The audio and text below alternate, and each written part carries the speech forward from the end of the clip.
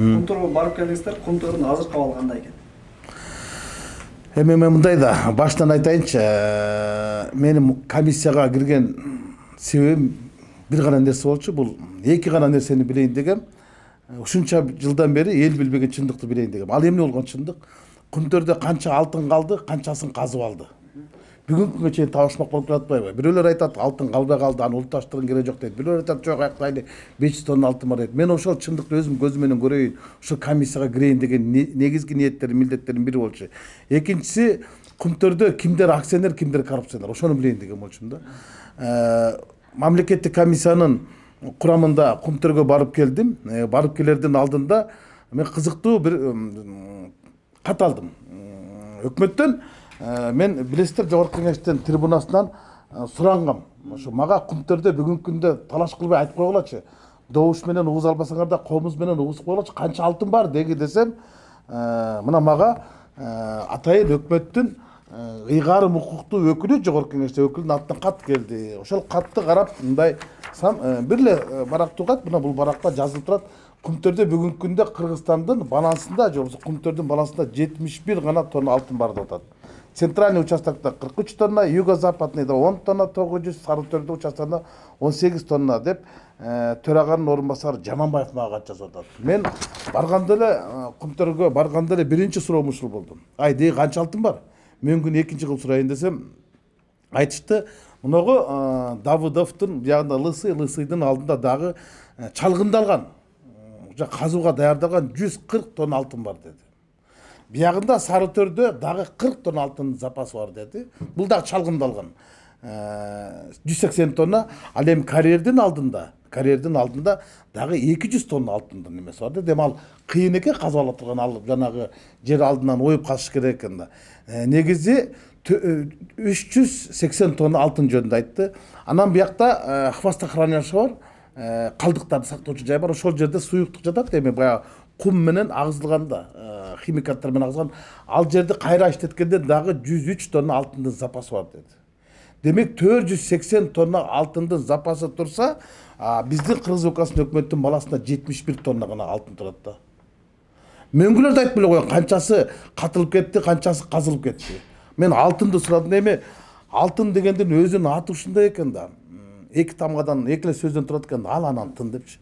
Алчысын алып калат экен, тынпайып тынчып калат экен дегендей, кайсы жерде болсо бизде кудум ушундай болот, алчысын алып койгон, салчысын салып койгон, качысын качып койгон, тынпып калган да. Азыркы мамлекеттик комиссия 2013 жылкы мамлекеттик комиссиясынын чечимдеринин аткарылышы боюнча түзүлүп атпайбы? Мен ушуга нааразымын. Эмне үчүн биз 2013 жылкы Темир Сарыев менен Садыр Жапаров түзгөн эки комиссиядан берки гана иликтеп атасыз. Андан нары эмнеге барбайбыз десем, ошондон кийинкилерин гана аткарылышын көзөмөлдөйлү деп түзүп атпайбы. Анда бул комиссия түзүлүшү эмне кереги бар? Эгер биз андан беркисин гана иликтей турган болсок, бул соодагерчилик. Мен ачыгын айтып коеюн. Бул соодагерчилик. Андан аркысын эгер иликтей турган болсок, бул тобокелчилик, бул жоопкерчилик. Эл эмнени талап кылып атат? Эл ушунча жылдан бери Кумтөрдө казылган алтынды биз салыгын алып келатабыз. Анан алтынын көрбөй келатабыз дейт да. 410 тонна алтынды мына өкмөттүн берип атат. 97 жылдан 2020 жылга чейин 23 жылда 410 тонна алтынды казып кетишкен канадалыктар. Ошонун биз 10% алган жокпуз да. 10 тонна алтын, 40 тонна алтын алган жокпуз да. Анан эң негизги кыргыздарга болгон чыккынчылык бул 2004 жылы Танаевдин өкмөтү, 2009 жылкы Бакиевдин убагындагы эки чечим. Негизи Кыргызстандын кызыкчылыгы, же болбосо кыргыздардын Канадага кулдук урган ошол жакта болгондо. Биз ошол чечимдерди карап чыгышыбыз керек болчу. Бирок бул Кумтөр, ачыгын айтып коеюн, бул эң кыйын юристтер, эң кыйын аферисттер катышкан долбоор. Буну биз мактап келе атпайбыз. Бул эң Кыргызстандагы ири улуттук долбоор депчи. Бул Кыргызстандагы эң ири уурулук долбоор болгон. Анан ошону элге ачыш керек болчу. Мына комиссия канча жолу түзүлдү. Бирок Кыргызстандын үлүшү азайгандан азайып баратат да. Эмне үчүн бир дагы комиссия жок, биз эми алтындан үлүш алалы, бизге акциянын кереги жок, бизге салыктарды токтотолу деген талаптарды койбой келишет да. Биз товарды эмес, биз наварды алып атпайбызбы? Кеп ошондо да навардын дагы өзүн албай, навардын ичинен чотурун алып атпайбызбы? Биз товарды алышыбыз керек беле же наварды алышыбыз керек беле? Эң башында бул товарга болчу да. А кийин жүрүп наварга кетип калышкан. Чөнтөккө кетип калган, өкмөткө кетпей 2004-жылы негизи кумтөр өзү 96-жылы ишке киргизилген. 2006-жылы 10 жылдан кийин булар кетиш керек болчу дагы, завод фабрикасын бизге чыдап кетиш керек болчу. Биздин балда иштеш керек болчу. Бирок 2004-жылы алтындын көп экенин билген канадалыктар биздин бийлик менен жеңичинен сүйлөшүп алып туруп дагы өздөрү мөөнөтүн узартышып алган. 2042-жылга чейин деп узартышып алган. Кийинки өкмөттөрдүн бардыгы чабал болушкан. Кумтөр айткан нерсе гана макул болушкан. 2009-жылы булардын кумтөр менен Кыргызстандын ортосундагы Центра Голд менен келишимди атайын закон менен кабыл алышкан. Ал закон менен болгон нерсенин баардыгын кийин кайта каралбай тургандай кылып туруп чечимдер менен бүтөп салышкан да. Анан азыр ошо 2009-2004-жылдардагы кылмыштуу кыймыл аракеттер адамдарга баа бергендин ордуна биз болсо андан кийинкилерине баратпайбызбы? Бул эми канчалык деңгээлде комиссия өзүнүн талабын аткарат эл алдындагы, бирок тарых алдындагы талап башка да. Тарых алдында талап башка да. Эмне үчүн Жапаров жетектеген комиссия тиги Жапаров жетектеген комиссиядан беркисин иликтеш керек. Андан аркысында иликтеш керек. Эмне үчүн 16 000 гектар жер кетти? Эмне үчүн биз Центрдан үлүш алып калдык? Эмне үчүн биз алты менен макулдашылган жокпуз? Мен билгенден бир гана Жантөрө Жолдошов Сатыбалдиев буларга мындай чечкиндүү адамдар барган да. Ошол киши өкмөт башчы болуп турган кезде мындайча элдин талабын аткарып, аларды жарга таккан, алардын жанагы ашыкча чыгымдардын бардыгын кабыл албай койгон бул киши. Силер төлөйсүңөр монча деп туруп, өктөм саясат жүргүзүп туруп, аларды мындай чөгөлөтүп койгон болчу.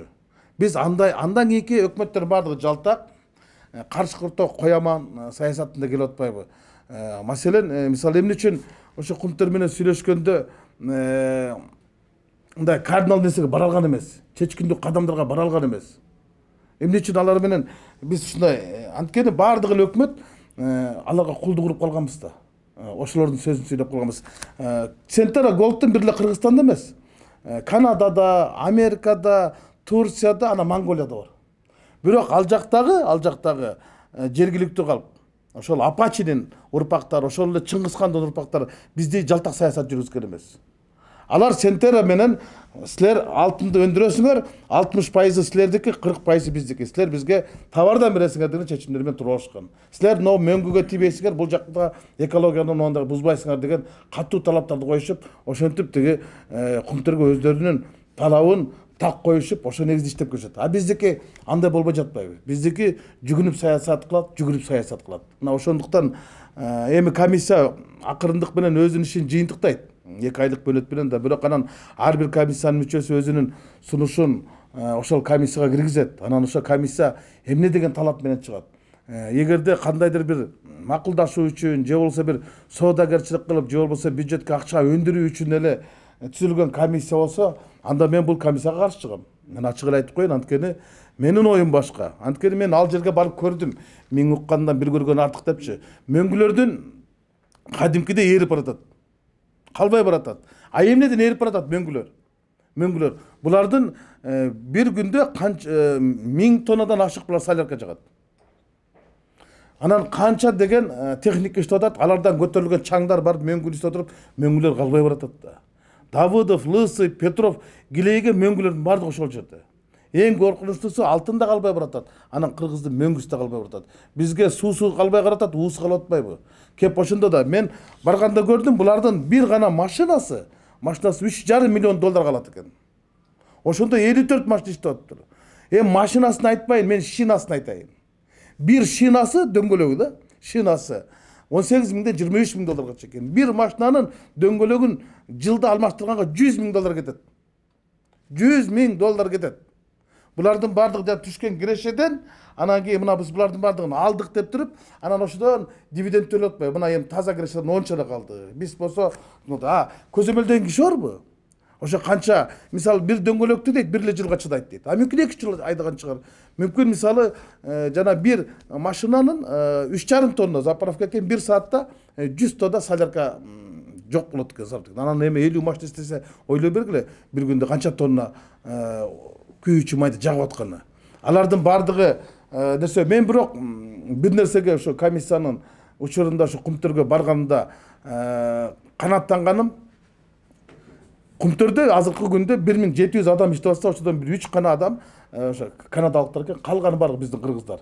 Жергиликтүү элдер, жергиликтүү биздин немелер. Ошол кыргыздын балдары Кумтөрдүн алтын ташты кумга, кумдан алтынды алып атат. Алтургай жана Саркынды да коста калдыктардан дагы былтыр алтындан 1,5 тонна алтын алып чыгыптыр. Мына биздин эң чоң дивидендибиз ушул. Ал балдар ошо алтынды мындай өндүрүп алууну өзгөчө өздөштүрүп алыптыр. Ошо Нурдин деген жигит бар экен, анча-мынча биздин окумуштууларды жөн уктатып отурган бала экен. Бизге депутаттарга ушундай кылып айтып берди, кандай кылып алтын өндүрүп алат, кандай жумуш кетет, кандай канча киши эмгектенет, канча вакыт иштетет, алтын эзи негизи кандай өндүрүлө турган биз баардыгын өз көзүбүз менен көрдүк да.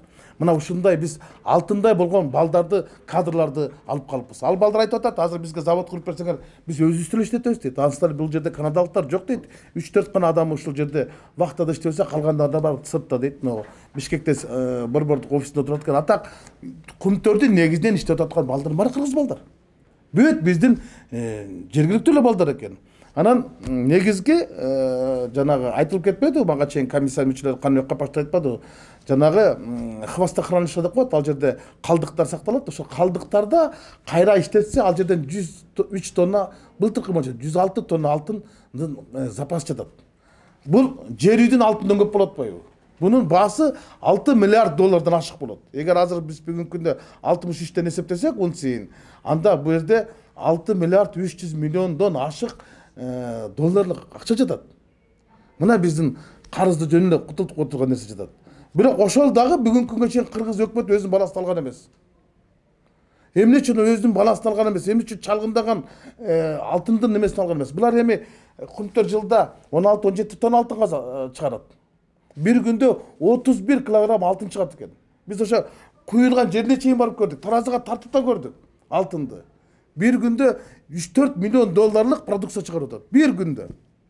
А канчасы бизге калып атат? Бул кептин баары ошол жакта болуп атпайбы?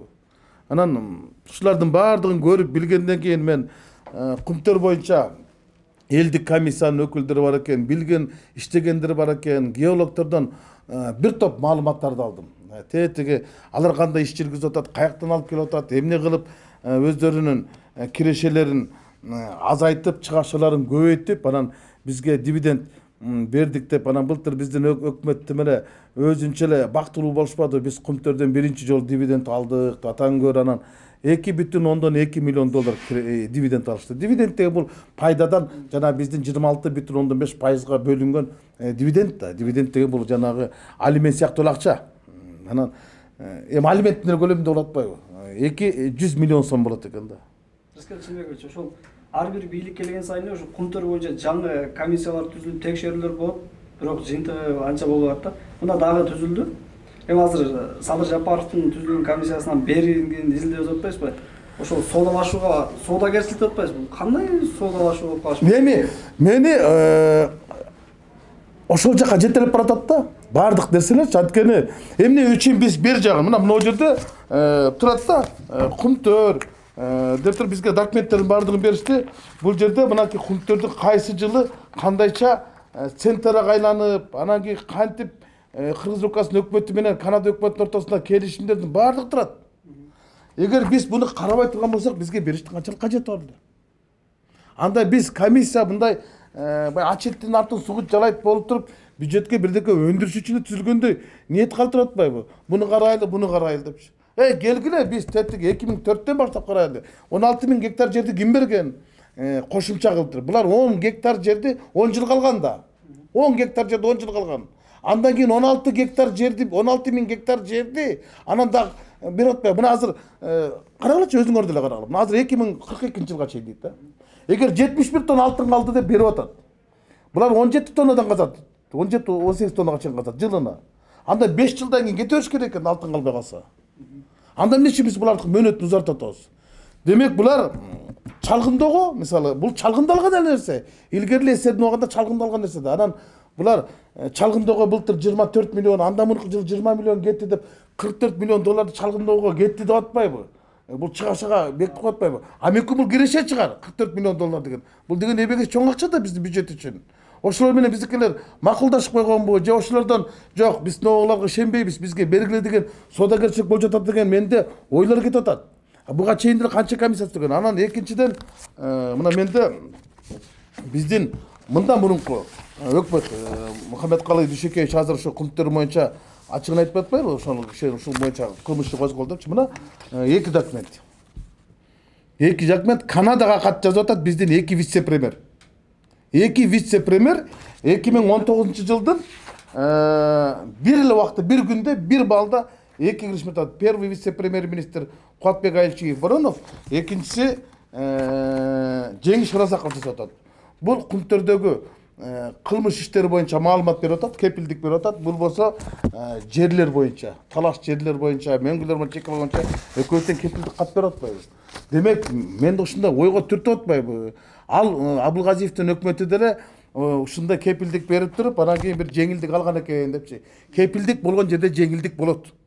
Жөн эле кепилдикти бере бербейсиң, сен бир жеңилдик алышың керек да. Жеңилдик алган бул жеңил үчүн акча өндүрүү деген эле нерсеге алып баратпайбы? А эмне үчүн азыр биз убактылуу депутаттык комиссия азыр мамлекеттик комиссия деген макам алдык. Бул жакка президенттин дагы өкмөттүн дагы өкүлдөрү кошулду. Ген прокуратура дагы, ГКМ дагы кошулду да. Анан ушундай макам менен анан биз ушундай жана калдыктагы 103 тонна алтын биздикини, аны биз и так деле биздики ал. Ал эч жерде көргөзүлгөн эмес. Эми азыр ошону эле мынакей биздин комиссия 103 тонна алтынды алдык. А бирок канча деген мөңгүлөр калды? Аларга канча деген азыр дагы биздин мен билем 2016 жылы эле буларга берилген болчу 106 миллиард долларлык санкция берилген. Мындай соттонтуп алган. Экологияны бузгандык үчүнчү. Алар да толук төлөп бүт элек. Андан кийинки өкмөттөр мурунку өкмөттүн чечимдерин чакыртып алышып, соодалашып барып кошкондо. Анан азыр дагы тоокелчиликке барбай соодагерчиликке бара турган болсо бул уят иш. Итак, кумтөр 410 тонна алтынды алып кетти. Казып кетти. Азыр дагы ошончо алтын турат. Эмне үчүн азыр эми жаңы келишим кылалы, болбойт. Мурунку немелердин бардыгы азыр биз жаңы келишимге келели деп. Анан биз эң негизгиси биздин менин өкмөттүн мындай өлүмтүк болуп атканы, эмне үчүн биз бүгүнкү чейин акцияны кармай отурабыз? Да, биздин акция бар, 77 миллион акциябыз бар. Ал акцияларды эгер ар бирин 20 доллардан сата турган болсок, эта бул 1 миллиард 500 миллион доллар болот. А эгер алар акциянын бир номиналдык неси 30 долларга чыга турган болсо, бул 2 миллиард долларлык не болот да. Биз ошол акцияны кармаганча, биз алтындын накталай алтынды куюлмастан кармасак болбойт беле. Biz aksanı karmagança altından, aksa algança altın alsak bolboyt bile деген мен ой келет. Анткени алтындын баасы күндөн күнгө кымбаттап атат. Акция деген бул токмоктогу торпоктун эле баасындай да, бирде туруп көтөрүлөт, бирде туруп түшө тургандай эле да. Акция деген ошондой. Алтын деген алтын бойдон турат. Алтынды иштетсең да болот, аны сатсаң да болот, күрөөгө койсоң да болот. Алтын деген бул эң баалуу акча да. Анан эмне үчүн биз ошол жака барбай атабыз? Эмне үчүн биз алтын менен алгыбыз келбей атат? Азыр жер үйдү бердик, айтып атабыз, үлүшүбүз жок депчи. Биз салык менен эле берки немесине макул болуп отурушубуз керек беле. Анан эгер чындан эле кумтөрдө чоң куйтулук саясат болгон болсо, мурдагы 2004-2009 жылы чыккынчылык болгон болсо, ошол чыккынчылыктардын бардыгын эл алдында жазалап камаш керек дагы, алар чечимдерин баарын жокко чыгарыш керек да. Эмне үчүн биз соттошууга барбай атабыз? Эмне үчүн биз жалтак болуп коркуп атабыз? Эртең булар бизди утуп алат деп. А ким айтты булар бизди утуп алат деп? Биз деле андан чоң доо берсек болбойт беле. Биздин мөңгүнүн баасы мынча, бизде суунун баасы мынча. Анан дагы бир кызык жери, булар ошол жерде көл бар. Петров көлү деп коет. Ошол көлдүн суусун бекер пайдаланышат. Эмне үчүн булар өздөрү жанагы машинанын дөңгөлөгүн 20 миң доллардан алып атпайбы? А эмне үчүн биздин өздөрүнүн Канаданын баасы менен алып атат? А эмне үчүн анда биздин электр энергияны ошо Канаданын баасы менен сатып алышпайт? Анда биздин Восток электрадагы ар бир киловаттын алгыла силер дагы 0,5 центтен деп. Эмне үчүн биз ошол сууну бекер берип атабыз? А дыйкандарга сатып атабыз. Петров деген көлдүн суусун булар өздөрү ошол жактан сордуруп пайдаланып атат. Алтынды чайкап атат, өздөрү ичип атат. А биздин дыйкандарга келгенде суу, акча, аларга келгенде бекер пайдаланып атат. Мындай көп маселе бар экен. Анан канча мөңгүнү булар талкылап коюшту.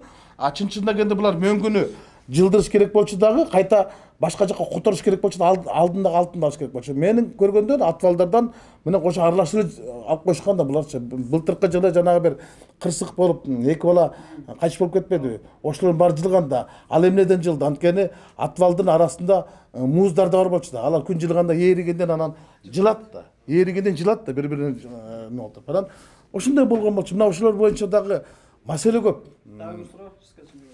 Ушул жер үй алтын комбинаты дагы ушул кумтөрдүн кейпин кийип калат деген пикирлер жаралууда да.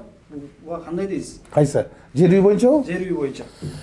Эми жер үй боюнча деле мындай да, баягы лицензияны 100 миллион долларга сатылган. Ага чейинкилер 300 миңден сатылса, 300 сом сатса 100 миллион доллар сатылган. Бирок Аля Сантын ага чейинки ошол жер үйдөгү бизди иштеткенбиз, биздин ал жерден эмес бар деп бир Визар деген казактын компаниясы 480 миллион долларлык бизге эме кылган.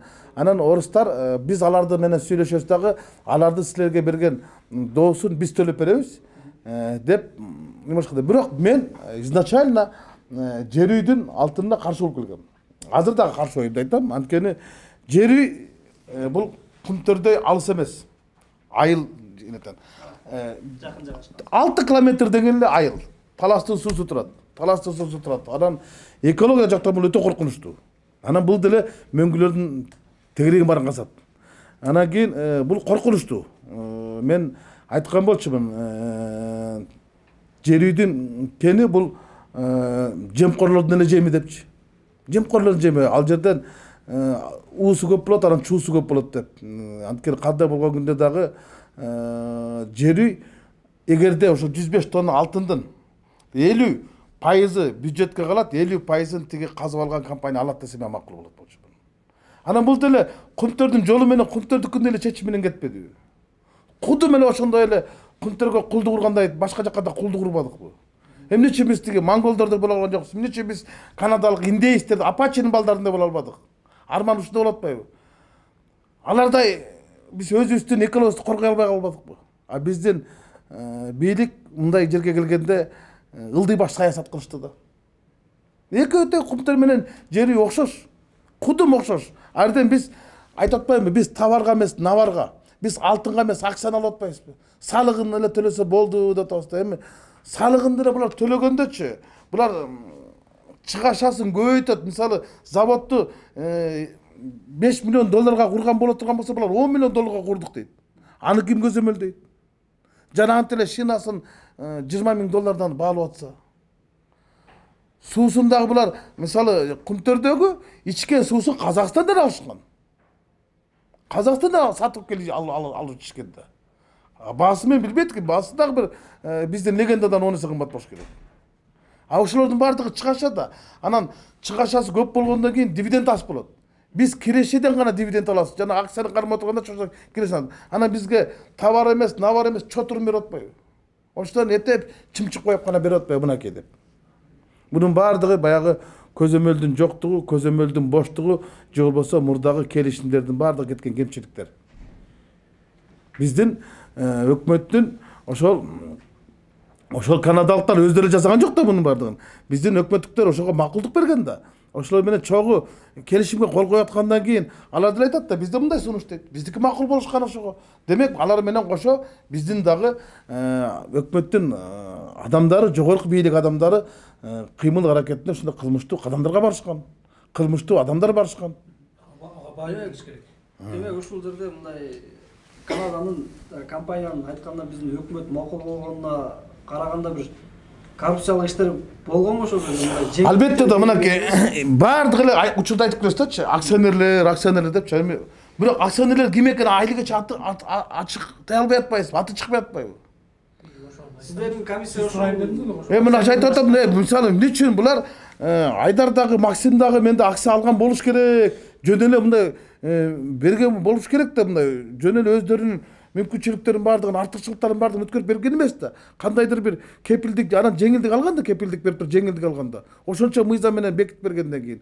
Анан ошолордун жок, бул деген биздин закондо каралган, биз аларды ачыктай албайбыз, бере албайбыз дейт да. А эмне үчүн биздин улуттук коопсуздук кызматы башкаларга келгенде кустурам дейт да, кумтөрдү кустура албайт. Мына 200 миллион сомду тиги кумтөр дивиденд төлөп атат да. Эми кечирип койгула. Райымбек Матраимов 2 миллиард төлөп койбоду. Туурабы? 10 эсе көп ошону кустурбадыңарбы? Ошону. А тиякта деген саат сайын алтын алып атпайбы? Кыйынбы? Ошакта кустурбайбы? Ошактан баштабайбы? Коррупциянын эң уюшкан жери, уюшулган жери ошол жерде да. Айакка келгенде, кумтөр боюнча келгенде бизден мамлекеттик органдар өйдө чыга албайт. Сырымды да Эми жана мен өткөндө айтпадым, бул кумтөр деген бул жана Бермуд ичилтигинде эле ушунчалык неме да, кирсең чыкпай каласың жана айттым го, бул алтын деген аты жаман экен, алсаң эле тынчык болот экен. Ал анан тын деген сөз да, эки сөздөн турат. Алат экен анан тынчык болот экен, тынпай бүт. Киши кире албайт. Сыры көп да бунун, чыры көп, сыры көп. Анан бул кылымдын кылмышы болгон да. Баягы 40 жылдан кийин гана билинбесе, азыр билиш кыйын экен. Билем деп канча киши ошо кумтөр боюнча канча киши садага чабылды, канча өкмөт башчы кетти, канча мисалы мына Эркин Алымбеков да ушул кумтөр менен күрөшүп жүрүп өмүрүн арнап жаранып өтүп кетпедиби? Канча деген биздин депутаттар зак жатат, канча деген адамдар камалып да чыкты ушул кумтөр боюнча. А бир ушунун бардыгы жоголуп кетип атпайбы? Ошон үчүн жанагы Бермуд ичилтигинде эле болуп туруп, бияка кирген кишинин баары жоголуп кетет. Комиссияга кирген кишилер дагы же чоңоюп кетет, же өсөт, же өчөт. Ушундай экен. Кандайлап болот деген дагы. Мындай да сөздөр болуп атат. Мен барып келгенден кийин эле айтышты, сен тиги алтын бердиби депчи. Мен атын жакшы билем да. Алтынды затын дагы жакшы билем. Ошон үчүн мен аяр мамиле кылдым. Ошо жанагы бир топ адамдар ошо алтынды куйган жерден ошо алтынды кармап да түштү. Мен ошо кармагым да келген жок. Ошо канча адамдын башын жуткан, Кыргыздын келечегин жуткан, ошол жерге барганда мен мындай башкача көңүлдө бардым да. Ошо тоолордогу мөңгүлөрдү көрдүм. Анан буларды иштетип атканымды калдым. Сүйүнгөнүм ошо Кыргыздын балдары колго алып иштетип аткан. Ошону көрүп аябай сүйүндүм. Ошол жерде болот деген бала ошо жанагы аткаруучу директор болуп, анан кийин механик менеджер болуп туруп, Нурдин деген бала экен. Ошол эки эле киши бизге кумтөрдөгү алтындын тоодон кандайча чыгып атканы жөнүндө бизге толук көрсөтүп берди. Сөз менен да, иш менен да көргөзүп берди.